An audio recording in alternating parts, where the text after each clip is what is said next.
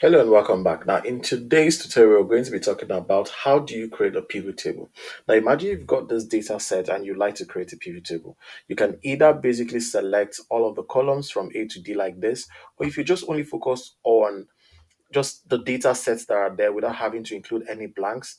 Any of them is okay. So you can either just select all the data set that you've got there so that you don't include blanks, or you can decide to do it like this. All of them are the same thing. Okay, there's no right or wrong way to do it.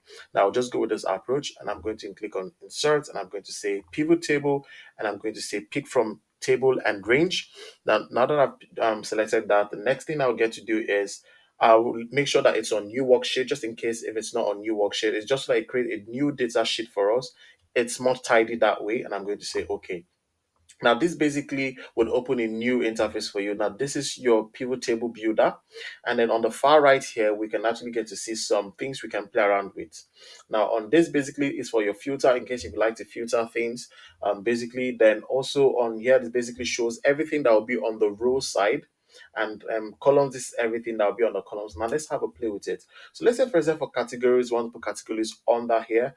And then want to put, let's say, product on columns, and then let's say we also want to put sales as values. All right, so this basically breaks it down. So now for the blanks, what we're going to do for the blanks is we're just going to take up the blanks. It was because we selected every single thing, even cells that have got no data, so you can just tick untick that. Basically that's just what you do there, and you can see that it breaks it down that for bakery you've got six you've sold about six breads, and for cheese you've sold about seven, and for milk. So this is an important way in data analysis, a very important tip to be able to know either you're a regular person who uses Excel on a day-to-day basis, or as a data analyst or business analyst, having to learn pivot tables to be able to help you analyze your data faster.